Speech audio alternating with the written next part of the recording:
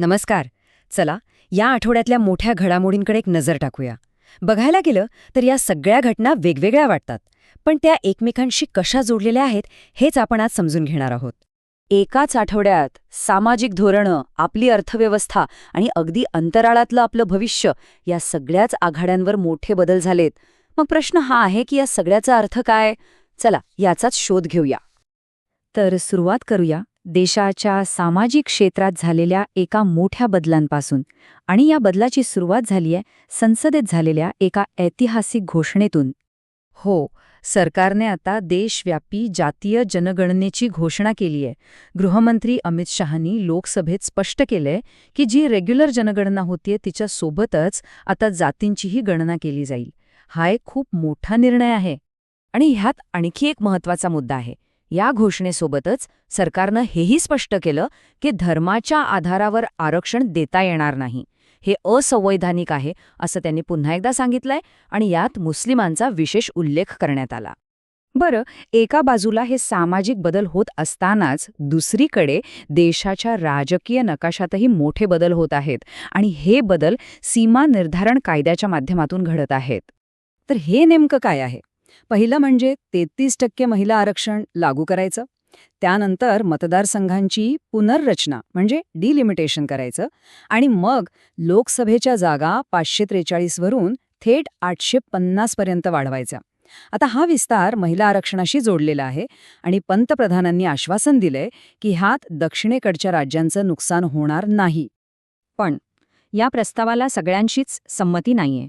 याला जोरदार विरोधही होतोय. तमिळनाडूचे मुख्यमंत्री के स्टॅलिन यांनी तर याला काळा कायदा म्हटलंय आणि निषेध म्हणून या विधेयकाची प्रतच जाळली. ठीक आहे, तर देशात सामाजिक आणि राजकीय स्तरावर इतकी उलथापालथ सुरू आहे. पण मग आर्थिक आघाडीवर काय परिस्थिती आहे? देशातल्या या बदल्यांचा आणि जागतिक अर्थव्यवस्थेतल्या आपल्या स्थानाचा काही संबंध आहे का? आता आपण वळूया अर्थव्यवस्थेकडे. कारण IMF म्हणजे आंतरराष्ट्रीय नाणेनिधीचा एक नवीन रिपोर्ट आलाय आणि तो आपल्याला आरसा दाखवतोय. ह्या रिपोर्टनुसार एक धक्कादायक बातमी आहे. भारताची अर्थव्यवस्था जगात 5व्या स्थानावरून 6व्या स्थानावर घसरली आहे. म्हणजे ब्रिटन आता आपल्या पुढे गेला आहे. तुम्ही आकडे बघू शकता. ब्रिटनचा GDP $4 ट्रिलियन आहे, तर आपला $3.92 ट्रिलियन. आणि या घसरणीमागचं मुख्य कारण सांगितलं जातंय ते म्हणजे रुपयाची घसरण. डॉलरच्या तुलनेत रुपयाचा जवळपास 92च्या घरात पोचला आहे. तर बघा, देशात सामाजिक राजकीय बदल, जागतिक अर्थव्यवस्थेत आव्हानं, पण ही आव्हानं फक्त जमिनीपुरती मर्यादित नाहीत. आता थेट अंतराळातून एक नवीन आणि मोठं आव्हान आपल्यासमोर उभं आहे. आणि हे आव्हान समोर आणलंय खुद इस्रोच्याच एका रिपोर्टने. हा रिपोर्ट अंतराळातल्या एका अशा अदृश्य धोक्याबद्दल सांगतोय जो दिवसेंदिवस वाढत चाललाय. आणि हा आकडा बघा, 1.5 लाख. खरंच अविश्वसनीय वाटतो नाही का? पण हे खरंय.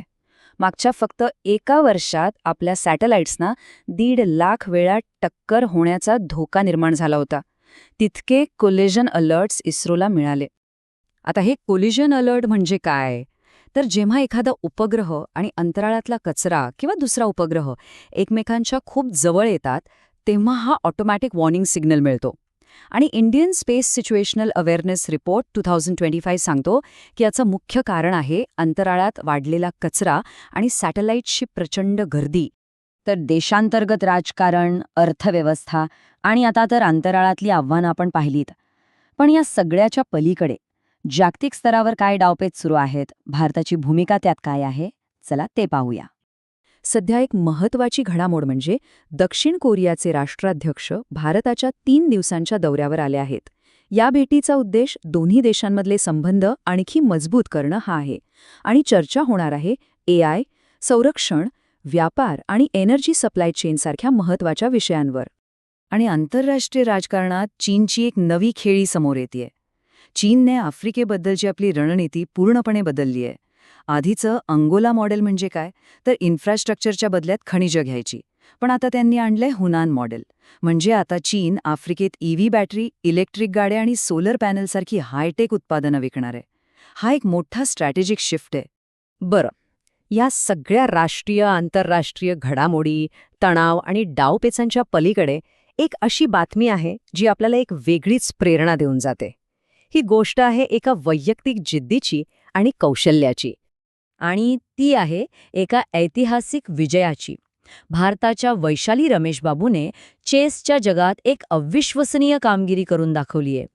वैशालीने FIDE विमेन्स चेस कॅन्डिडेट्स 2026 ही स्पर्धा जिंकली आहे आणि ही मानाची स्पर्धा जिंकणारी ती पहिली भारतीय महिला खेळाडू ठरली आहे. या विजयामुळे आता ती वर्ल्ड चॅम्पियनशिपसाठी थेट चीनच्या झू वेंजुनला आव्हान देणार आहे. तर मग शेवटी प्रश्न हाच उरतो की एका बाजूला राजकारण, अर्थव्यवस्था आणि तंत्रज्ञानाची मोठी आव्हानं असताना वैशालीसारखे विजय आपल्याला नक्की काय सांगतात?